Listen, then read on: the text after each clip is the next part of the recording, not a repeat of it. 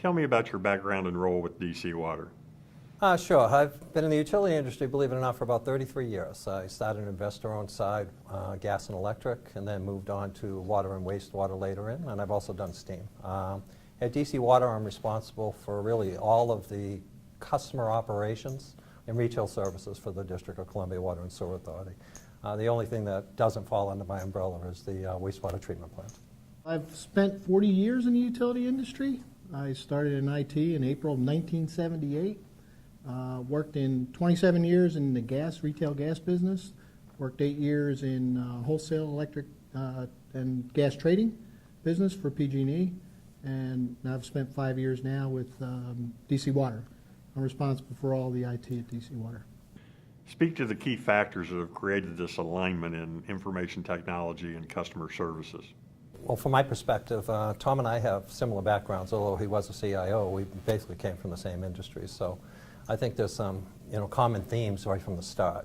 He understands my needs and I understand his needs. And as part of that, you have that relationship that you've already started. That, generally speaking, when you're sitting with between IT and customer services, the IT professionals are sometimes often looked at as a command and control function, whereas in Tom and I think we have a really good relationship. I can bring a problem or a challenge to him, and he already understands it. And as part of that understanding, we can work together collaboratively to develop a better solution than maybe either one of us was thinking about. I think that partnership got stronger actually after the Eagles won the Super Bowl and Charlie converted from a Patriots fan to an Eagles fan. So that certainly helped, okay? But I think at the end of the day, as Charlie points out, we've got similar backgrounds. We've got a similar respect for quality service and doing what's right for the customer. Mm-hmm. At the end of the day, I view myself as a service organization, and Charlie and his groups and all the other executives are my customers. Mm-hmm. So, and what I can provide to him in the way of solutions that make his operation more efficient is actually a benefit to him on his customer service side. So he's dealing with 135,000 individual customers on a daily basis, and the goal is really to provide the best possible service at the lowest cost to those folks. What are your key customer experience initiatives?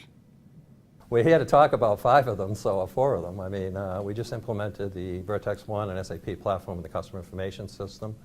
At the same time, we're doing an upgrade of a smart metering solution that we were the first utility to install back in 2003.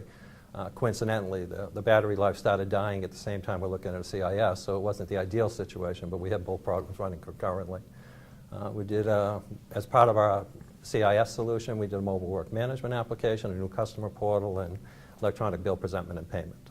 And those are just some of the things we've done in 2017. Tom's staff's got a portfolio of products that we're ready to roll out to take advantage of some of the data and the applications we've already implemented.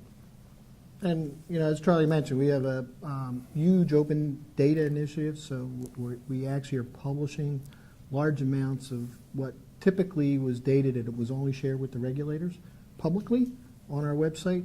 But the other unique challenge we have is, as at DC Water, is that we have a relationship that we don't know anything about, and that's the relationship with the customer that sits behind the meter, not the customer who is the meter. Mm-hmm. And the distinction being, we've got 135,000 meters, but we've got 500,000 to 600,000 real customers. Of course, we've got a 5-to-1 ratio on meters to users of our service, and on average. And the reality is we know very little about those people who don't get a bill. And one of the primary drivers of our new customer system was really to start to engage those users of our services in a more direct relationship compared to in the past.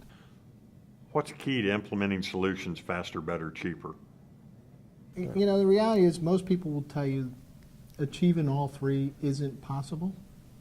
And I think our project is a testament to that it is possible. I mean, there were a lot of people that didn't believe that we could do what we did with this project, implementing it in 12 months and implementing the breadth of solutions that we implement. I mean, we just didn't put in a CIS. We put in a mobile work management solution. We put in a new customer portal, a new customer mobile app, plus a new bill payment presentment platform in just under 12 months. I mean, it was a week shy of 12 months. And that's unheard of. I mean, I've done 4 of these, and the first 3 I did, every time I did one, I said to people, I would never do this again. And I said that when I started the 4th one. But now after the 4th one, if you gave me the same group of people and the same challenge, I would absolutely sign up for it. Right. I think it's really just, you've got to think differently. You've got to be open to alternatives. You've got to focus on the goal, right? And the goal is customer service. Plus, obviously, we live in the nation's capital, but we actually supply the capital region.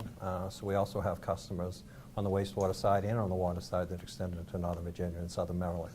Non-metering points, but add up to 200 million. 2 million. In addition to that, we got a couple of little ones like the Pentagon and National Airport and so forth on the other side of the bridge that we have to take care of, including the White House and things. So with regards to this project specifically, and Tom knows, we talked about this when we started, I came from a similar investor-owned industry way back when, and I remember talking to the general manager at the time, who was my boss, and I'm sitting there, I'm trying to avoid this until I leave, because we used to call them CLEMs at the time, career limited moves. You got involved in the customer system, and your career generally didn't proceed too far afterwards, and so forth. So this concept of better, faster, cheaper, right, it worked very well for us. It wasn't so much just the concept itself. We put together the most wonderful project team of our own people. We put 40 people in a room. Actually, it was 43 in a room. None of them really had any experience in terms of customer systems, customer operations side. We had our IT people and our customer people working hand in hand. And that was probably the most impressive project team I've ever been involved with, and I've been involved in a lot over my life. And just watching the interaction and the group interaction and the ultimate delivery of the product was just tremendous. It really was. And you sat there and was, I hate to use the term like proud father or something, but you sat back and said, wow, here's something that we started on January 4th. We took volunteers and put them in a room on January 4th, and we didn't open that room till December 11th. And every one of them had a little sign on their desk, I no longer work DC Water, we work for Tom and Charlie, and we're going to deliver this product on time. And they put in hours that you couldn't believe, by themselves, just working towards that common goal of delivering something. And our customers benefited at the end, because we did bring it in we really did. We brought it in much cheaper. That level of commitment from the leaders all the way down, it really does. It helps the project team themselves. Mel, you asked before how we're aligned. Well, if your senior leadership isn't aligned, then the workforce is never going to get aligned. So if they can watch he and I sharing responsibilities and switch off and on, that does impress our respective staffs, and that helps set the goal of Charlie and Tom aren't arguing, why are we, and so forth. So you do really seek to have a more common goal, and in this particular case was delivering an exceptional product on time. Yeah, I'd say the same thing. When I was young, when I first started to work full-time, my dad said to me, says, you can be somebody who does something, or you can be somebody who takes credit for what somebody else does. He says, you're better off being part of the former, because there's a lot more people competing to be part of the latter. And the reality is that, and he said, it doesn't matter what you do as long as you do it well. And I've held that my entire career. And even the most miserable projects that I've ever worked on in my life, I've always committed 100% to them. And it's not, it's really a pride that you have in being able to take a step back and saying, you know what, I did something, and I did something that really matters. And at the end of the day, it matters to, we talk about 135,000 meters, got 700,000 people that live in the District of Columbia. We've got 22 million people that visit every year. And every time they turn on a faucet and a drop of water falls out of that, it turns around and gets billed in our billing system. And if you didn't have that billing system, you wouldn't be able to provide those services either, because that's the cash register at the end of the day. So, these projects are risky. They're absolutely risky. But if you manage it and you trust the people that you have working for you to do the right thing, you'd be amazed how successful you can be.